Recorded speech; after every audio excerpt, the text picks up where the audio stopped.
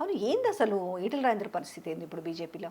ఇప్పుడు చిన్నప్పుడు ఆటలు ఉంటాయి, చెమ్మ చెక్కలు లేకపోతే బెచ్చాట్లు ఇలాంటివన్నీ ఆడుకోకుండా హ్మ్. ఉద్యమం లేకపోతే ఒక కేసీఆర్ గారు అడుగుజాల్లో నడిచినప్పుడు ఉద్యమ నేపథ్యం, తెలంగాణ ఆవశ్యకత, దానిలోంచి వచ్చే అవుట్కమ్ ఇలాంటివన్నీ చూసిన వ్యక్తికి ఒక భగవంతుడు మంచి అవకాశం ఇచ్చాడు. సంధానపరిచి ఉస్మాన్ యూనివర్సిటీ క్యాంపస్లో ఆ రోజు సంధానపరిచి ఉద్యమాన్ని ముందుకు నడిపించడానికి ఒక మార్గం ఇచ్చిన తర్వాత ఉద్యమాన్ని గాలికి వదిలేసి, అంటే ఉద్యమ నేపథ్యాన్ని గాలికి వదిలేసి రాజకీయ అవసరం, రాజకీయ దాహం అన్నప్పుడు అవి తీరని దాహాల కింద మిగులుతాయి.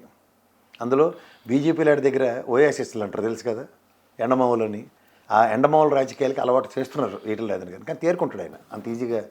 ఈ రోజు కాదు రేపైనా దాంట్లోంచి బయటకు వచ్చి తీరాలి అలాంటి.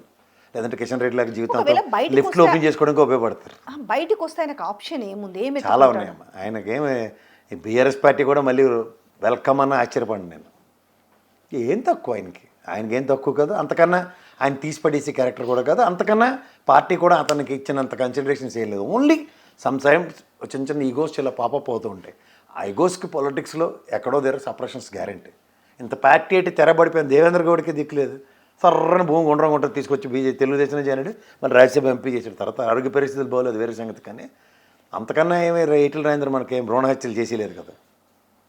ఒక నేపథ్యంలో కొన్ని శక్తులు, యుక్తులు ప్రదర్శిస్తున్న రాజకీయానికి బీజేపీ లాంటి కుతంత్రాలకి బలవుతున్న ఉద్యమ నాయకులను కూడా పరిరక్షించుకోవాల్సిన బాధ్యత కేసీఆర్ మీద. అప్పుడు ఉద్యమ నేపథ్యంలో ప్రజల్ని, రాష్ట్రాన్ని పరిరక్షించిన ఈ కేసీఆర్ గారు ఉద్యమ నాయకులను కూడా అదే ప్రాస్పెక్ట్లో పరిరక్షించాలి.